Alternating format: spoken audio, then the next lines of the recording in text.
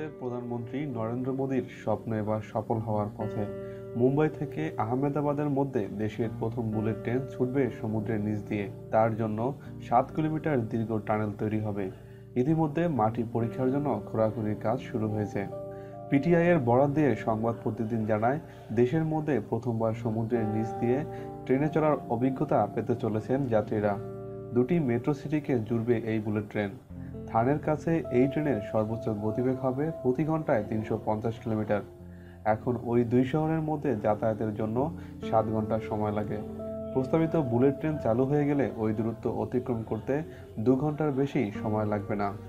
Rail মন্ত্রণালয়ের এক কর্মকর্তা জানিয়েছেন, সমুদ্রপৃষ্ঠে 70 মিটার গভীরে টানেল তৈরির জন্য মাটি ও পাথর পরীক্ষা করা হচ্ছে।